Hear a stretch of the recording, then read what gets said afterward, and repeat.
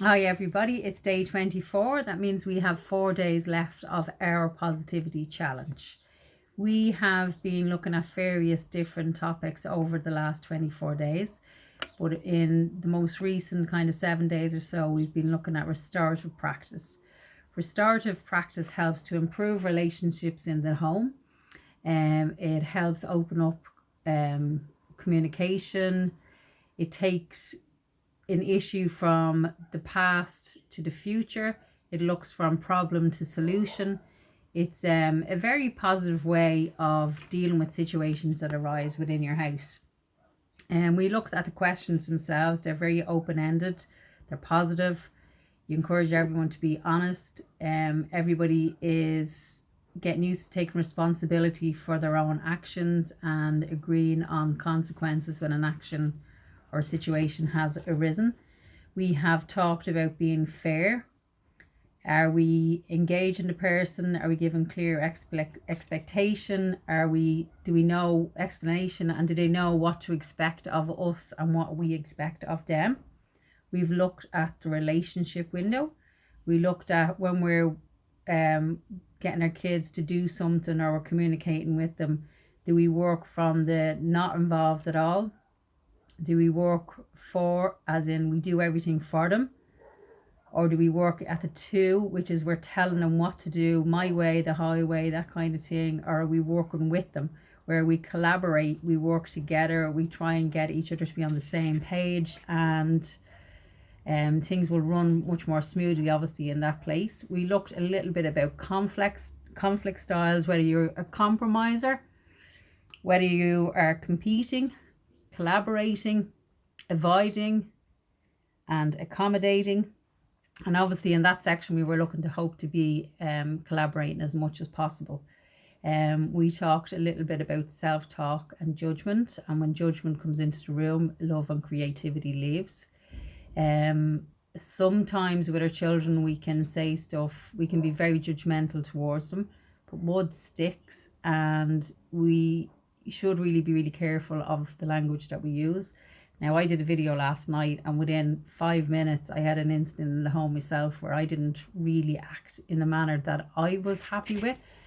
But being able to apologize for your own actions and take responsibility when you have done something wrong, and then letting go of the situation, being able to seek forgiveness and give yourself the ability to be forgiven as well, is very important.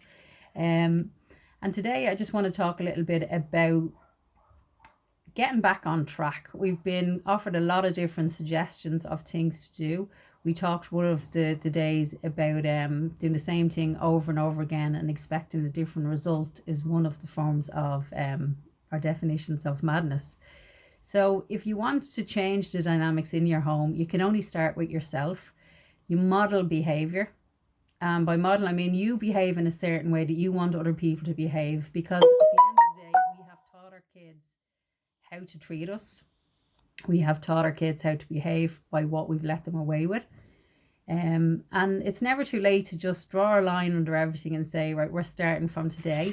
I was lucky enough this morning to do a workshop with Nicola Connolly Byrne from I Am Positive Mindset. And she did a positive parenting course this morning, which I was delighted I actually won a ticket for. So I spent 3 hours this morning doing that. Now I've done parenting courses before and I've really enjoyed them, and each one you always gain something from it that will resonate with you, that you will put into practice in your life. Some of the stuff, you'll kind of just let go over your head. It might be the time for you now. But with all that we have done over the last 20 odd days, if anything has resonated with you that you think maybe you could put into practice in your life and start changing, just write it down on a piece of paper, sit everyone down in the house, explain what it is that you want to happen, make sure you're being fair, you're including everybody in the process and what you expect of everyone. Now for me, I'd have an issue. I have a 12-year-old and cleaning is an issue because I've done everything for her up until now. And now I want her to start taking some responsibility. So it's how I go about that. So one of Nicola's suggestions was that instead of saying rules and chores, you can say shared responsibilities. because there's a certain amount of work and effort goes into keeping a house a home. And a lot of people get into that labeling where they say, well, that's mom's job and that's dad's job if you have a partner, or that's the kid's job. And really, all the jobs should be for everyone. Now, you're not obviously going to expect a 2 or 3 year old to be able to clean the bathroom, but when your child becomes like 10 or 12, yeah, they could take a cloth to the bathroom and give it a clean. They can wash dishes. They should be, at this stage, being taught how to cook, tidying, general tidying up, being able to look after their own room. Have you shown them how to use the wash machine or hang out some washing?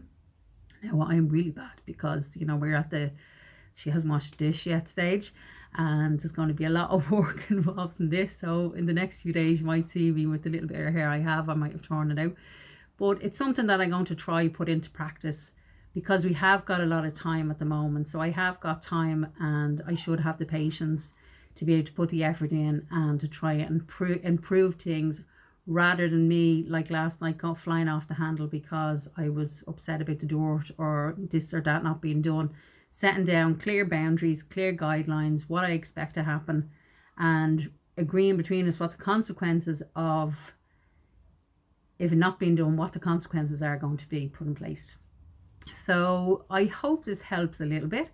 As I said, talking about getting back on track, if there was things that you started, they were working well for you, and then you let them kind of fall off, maybe you decide that, okay, that was really working, I'm going to stick with it, and just get back on track with things.